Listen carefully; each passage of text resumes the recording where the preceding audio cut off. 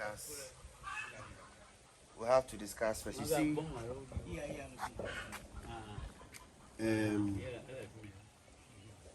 like they are active.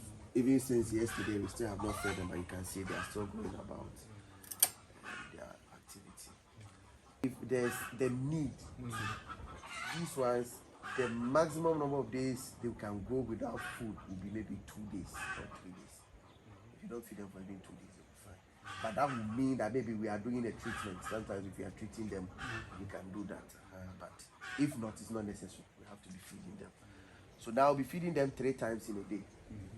6-hour intervals. 6-hour intervals. So we'll look at the time we are feeding them now. And then, because we've not fed them for a long time, we are not going to feed them too much now. Feed them as much as they can eat.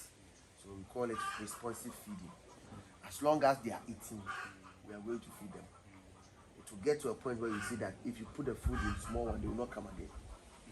So we are not going to put the food in at once. Like we are going to feed as and when they are picking. So this is very important, the feeding. So for example, let's try some. This is how you're going to do. You see, little by little. So we don't point all of them in.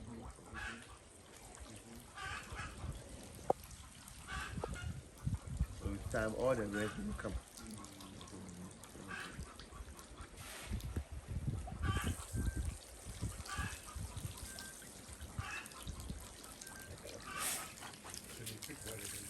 Yeah. They have small stomach now, so sometimes the maximum number of pellets each one can take will be maybe 2 or 3. But if they have good air, good water, it will be able to digest quite fast. And so by the time the next feed is ready, it's digested and they can eat again. That will help them grow faster.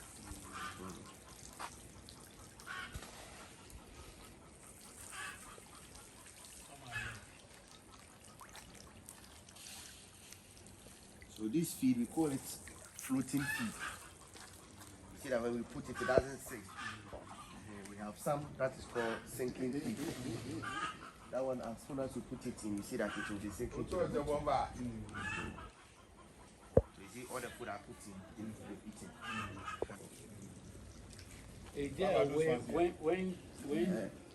When let's say those words are not funny, you can go to the other side. If there are many, okay. If you feed here and you realize there are many, they didn't come. Because now they are young, their senses are not that sharp. And this pond is big. Because where they were kept, it was a small pond. So if you put the food in, they will all come around. But this pond is big, so it's possible that some of them will not come around. But you see that most of them have even come. Yeah. But you still get a few who may not come. And it's not every time too that you can feed every one of them. Okay. You see, so let's say you see maybe 2 or 3 did not come. Don't bother yourself to go and feed them, especially. Okay. Maybe the next time you are feeding them, they will come around and they will eat too. So at this point, you see there are some feed here, but not all of them are rushing come and eat. Then we hold on. Make sure if they will eat, fine. If they won't eat, we will put some in again. It's very important.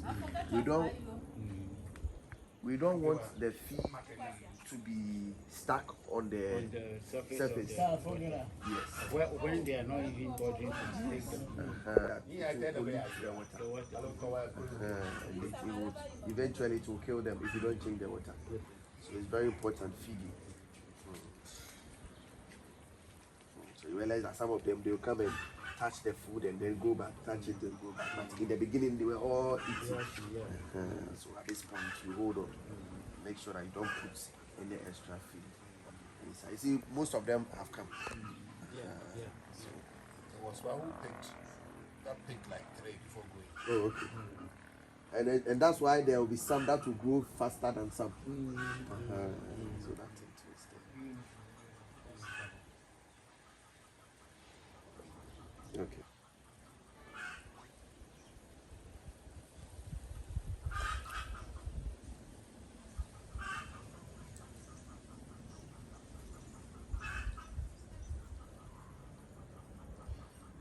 So we'll feed them in the next 6 hours.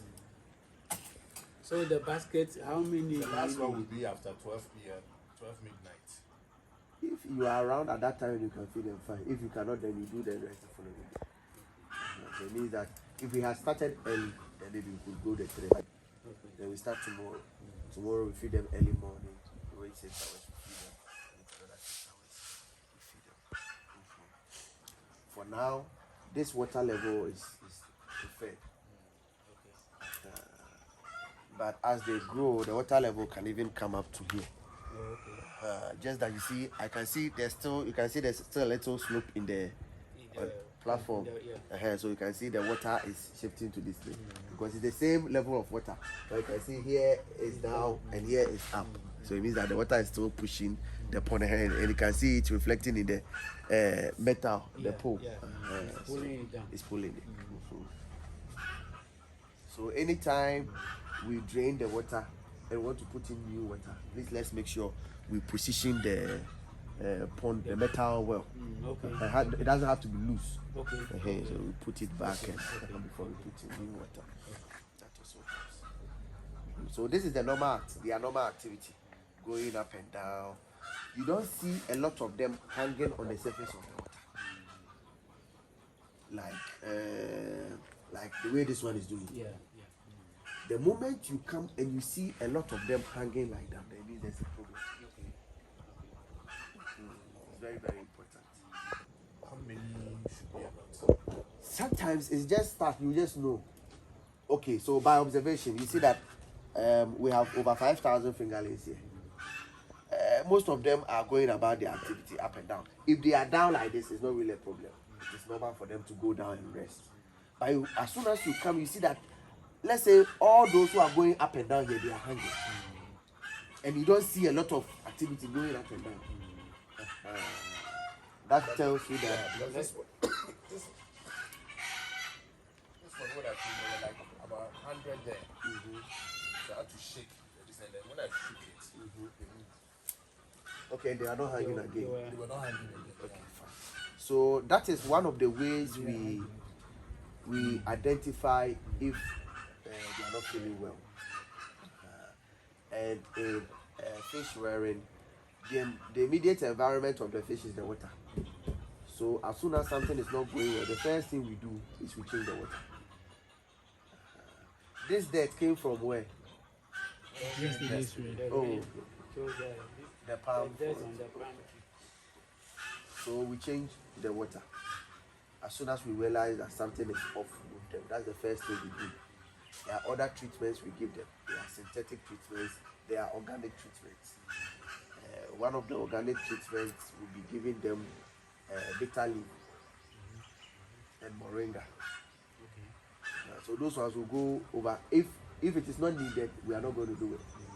But as soon as we realize that something is off and we have to do something, those are some of the treatments that we give them. So they need to do that. I'll be around.